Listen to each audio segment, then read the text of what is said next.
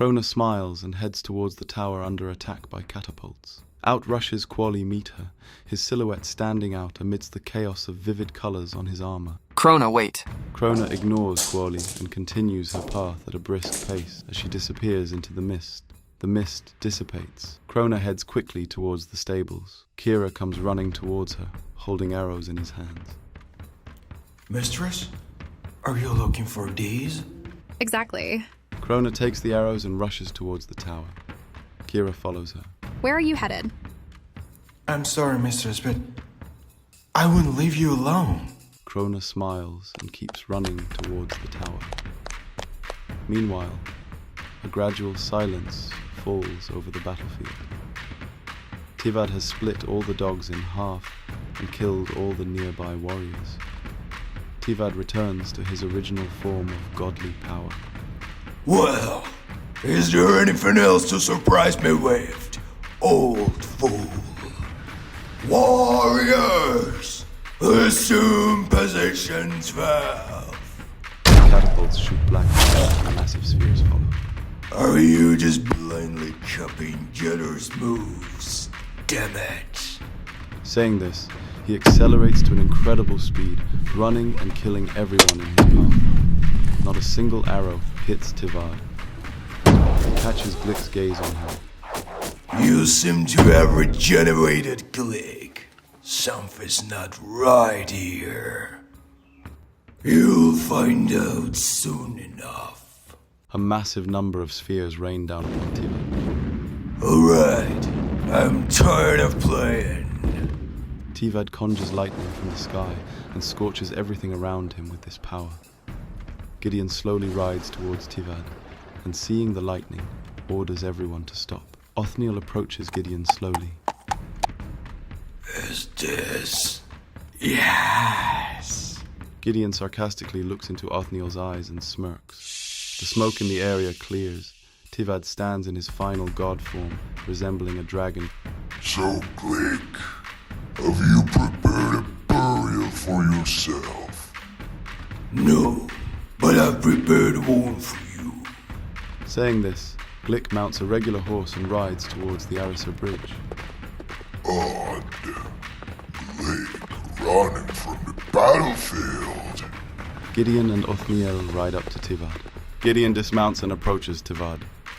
My brother, was it really worth unleashing your full power? As you can see, it was. Besides, only a god could kill a god. Gideon looks around and sees nothing but ashes and skulls. But did you really need to transform into a last form of it? Gideon draws a sword made of Scylla steel. You were ordered to destroy all of this. Yes, but I left a little for insurance, and as you can see, it wasn't in vain. You're playing with fire, little one. We'll talk about this as soon as I cut his worm to pieces. Tivad spreads his wings and shoots lightning towards the bridge. In the castle, in front of the altar of the gods, Sero has gathered around 50 Dane warriors with the banner of Hera. I'm not a warrior like you, but one thing I know for sure.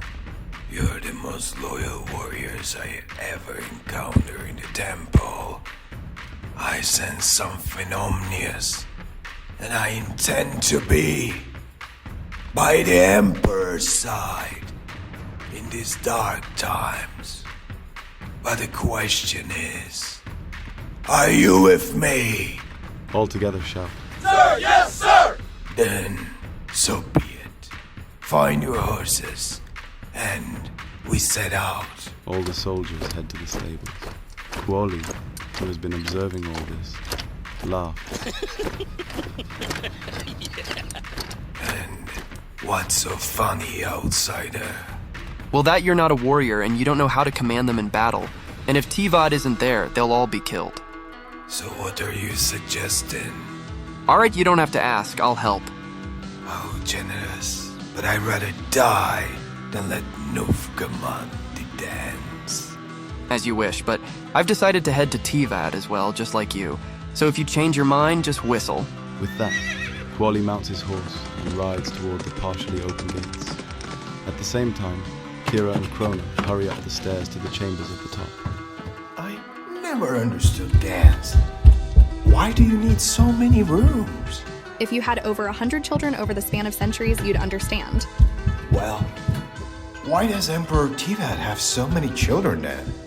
Children of one wife have the right to the divine power and the right to become the next emperor, don't they? Not entirely correct, Kira. Power can be passed on, or it might not be. And becoming an emperor is nearly impossible because one on the throne should die, and that is happening rarely. Saying this, Kira notices a bloodstain on the floor in front of the main Imperial chambers. Mistress, wait. What now? Kira points to the bloodstain. Krona is signaling her eager to destroy the door. Stand behind me. No, I'm no weakling, mistress. All right then, push open that door. Tivad flies with furious speed toward the bridge. So you're appearing to know for your people surviving in their time of need. My father should have burned you, Black Dan, when you joined the South. In the distance, Gideon and Othniel ride with all their might.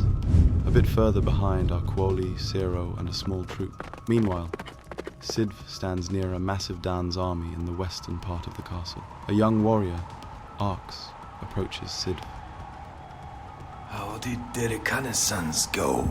Gate Commander, a small force of about 200 is heading our way. Their attire couldn't be identified due to heavy fog. Good. Go to the castle and report everything to Othniel. If he's not there, it means things have worsened on the front, and he's gone there. In that case, report to Krona. And if she's not there either?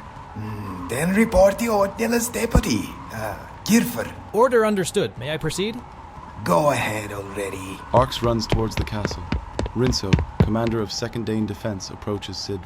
You think this is Jadder's doing? My grandfather talked about his greatest tactics, but this is something very, very strange. A raven rushes towards the tower and enters it. Krona and Kira enter a bloody room. Hundreds of slain women mixed with Tivad's sons lie around. Oh, gods. What kind of mess is this? Krona, hearing a sound, pushes Kira aside. A moment later, an axe hurtles through the air and embeds itself in the wall just behind where Kira stood. From the darkness emerge members of the Fallen Order. Swiftly, he changes shape to resemble him. Kira draws his sword and charges at the false Krona, clashing his steel against her sword. You won't find the strongest steel in all Walrazia. That's for sure. The false Krona rushes past Kira. Kira tries to stop the last one, but he's halted by 2 servants who transform into copies of him. Krona sprints up the stairs with all her might. Looks like it's just you and me, Eastern dog. So that nasty card was you. Now I got the hatred. The false Kira smirks and charges toward Kira from a distance. Kira takes a step to the side, draws a dagger from his sleeve, and thrusts it into the neck of the false Kira as he approaches. Kira looks around more closely and notices that the entire Imperial chamber is soaked in blood. In the center lies a red-haired girl who is barely breathing. She's using her own blood to write something on the floor. Kira carefully surveys the area and approaches her. He turns her over and notices a massive wound on her abdomen, revealing internal organs. You should have conceived a son with your husband. He wouldn't be so blind with the mustache, but at least you'd still be alive. She dies, pointing with her index finger to her writing. Kira examines it and then rushes to the upper floor. Tivad approaches Glick, who now has a few dozen more warriors with him. Weren't there enough corpse for you? You want every character burned to the last one. Today, only you will die. Othniel rides up to Tivad, along with Gideon. The latter also dismounts and approaches Tivad. Don't cross the bridge, brother. It might be dangerous. Dangerous. I am death itself. Saying this, Tivad runs across the bridge straight toward Glick. Tivad reaches the middle of the bridge. Glick runs to meet him, but just before reaching Tivad, he gets down. Arrows with unusual tips fly out from his back. Quite a lot of god-killing steel. Tivad pulls out the arrows, discards them, and covers the punctured armor with a new piece. Alright, let's end this. Tivad kicks Glick several dozen meters away. Glick flies off the bridge, and hitting a rock on the other end, falls to the tree. Meanwhile, the wind follows the horse ridden by others. He rides toward the castle. Arriving at the intended spot, he dismounts and heads toward the castle. Behind him appears Othniel. Where are you headed? Commander, I have an information for you. I'm listening. Arx notices that Othniel looks slightly different. Are you all right, Commander? Couldn't be better. But you didn't answer my question. Arx pauses for a couple of seconds. The situation is exactly the same as it was a year ago in Gerhut. I understand. Proceed accordingly. As you command, Commander. Arx draws his sword and attempts to secretly strike the fake Othniel. Clever of you to figure me out. A year ago? The Battle of Gerhut was before I was even conceived, so there's no cleverness here, more like your foolishness. The fake Othniel lunges at Arx, and they both engage in combat. He breaks Arx's sword, leaving him unarmed.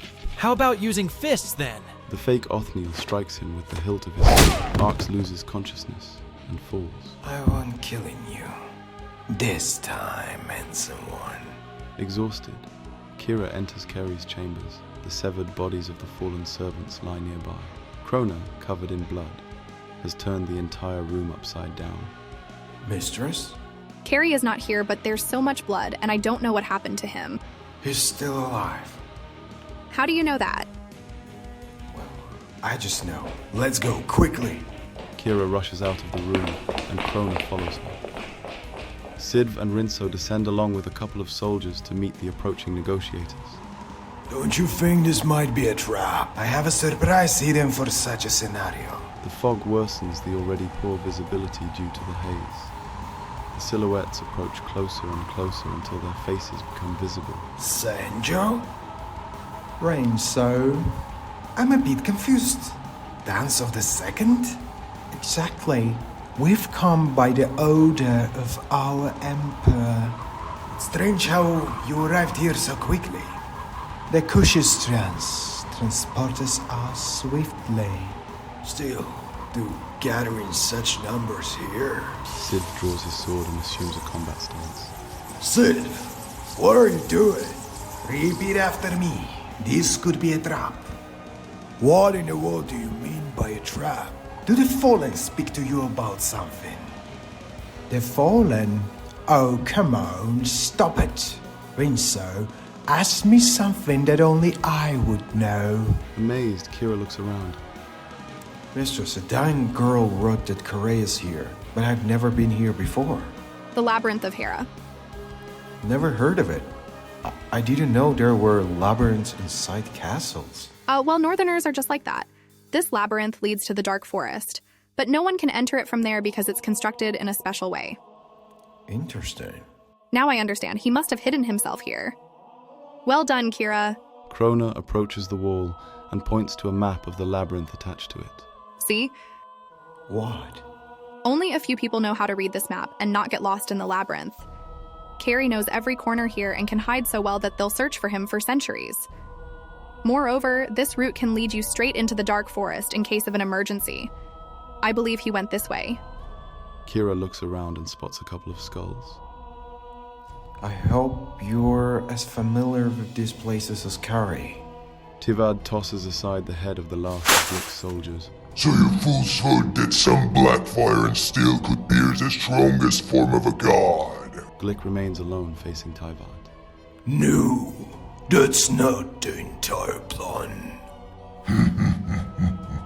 You brighten my mood today like no one has in the last few decades. So you'll die quickly. Considering that it's your last day. My last day? You're very funny. demonic Glick. Tivad lunges towards Glick, who changes eyes shape. Tivad examines it closely and recognizes what it is. Did you? Figure it out after. So, that's what it is. A servant Emu. I do remember that Glick aged differently. Glick changes form and transforms into the leader of the fallen servants, Mizont. Well then. Ready to face your fate. Tivad charges at Mizont, and with a swift motion, beheads him. Last day, you say, Definitely the last one for you. Having said this, Tivad turns to Gideon. He sheds his godly form, as we see that Tivad's hair has turned grey, and he has aged slightly.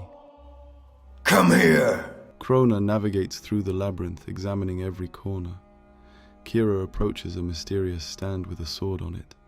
Mistress, what is this? Krona, also looking around, approaches the stand. It's one of the Godslayers. Can this really kill a god? If they're not covered in the highest power, then yes. Krona hears sounds of a struggle nearby, and focuses her attention in that direction. Kira does the same. They arrive at the scene where Carrie stands in front of fallen servants, and is engaging in battle with them. Kira takes 2 knives from his boots and throws them skillfully, killing the servant. Carrie notices Krona and joyfully runs toward her. Krona embraces him and then places her hands on his shoulders. Did you do exactly as I taught you? Yes, sister, just as you told me. Good. Then the next lesson is... Quali and Ciro ride up to Tivad, who has placed his foot on Mizont's skull. Didn't I tell you about these vile servants? But they swore loyalty to me after I saved them, brother. You understand that this was impossible after that. They were the most loyal servants. I didn't expect this from them. But the fact remains that they went against your will and attacked my empire, breaking the treaty. I can't believe that they attacked you without your little brother's consent. I thought that way they could kill you. What? What nonsense are you even spouting, you bastard? Gideon, in anger, lunges at Quali. Enough of this childish shit! Stop it! Gideon doesn't obey, and Tivad steps in to separate them. I said, we'll deal with this later. Suddenly, Tivad takes a step back and his expression changes. Blue blood flows and he collapses to his knees. Tivad checks his chest and sees a sword made of Selaic steel. Tivad turns and notices Othniel, who has impaled him. You worm, how dare you? With a furious swing of his right hand, Tivad shatters Othniel's skull, and he falls lifeless. Tivad coughs up blood, and taking out the sword, tosses it aside. Ciro rushes over to Tivad. Emperor, the wound isn't deep. Everything's fine. Before Ciro can finish his sentence, Quali decapitates Ciro, and Gideon impales Tivad with 2 swords made of Selaic steel from his back. How I fucking hated that vile old man. We didn't even sharpen the sword on purpose. Tivad tries to grab Quali, but Gideon pushes Tivad away, delivering consecutive strikes. So, this is how it feels like.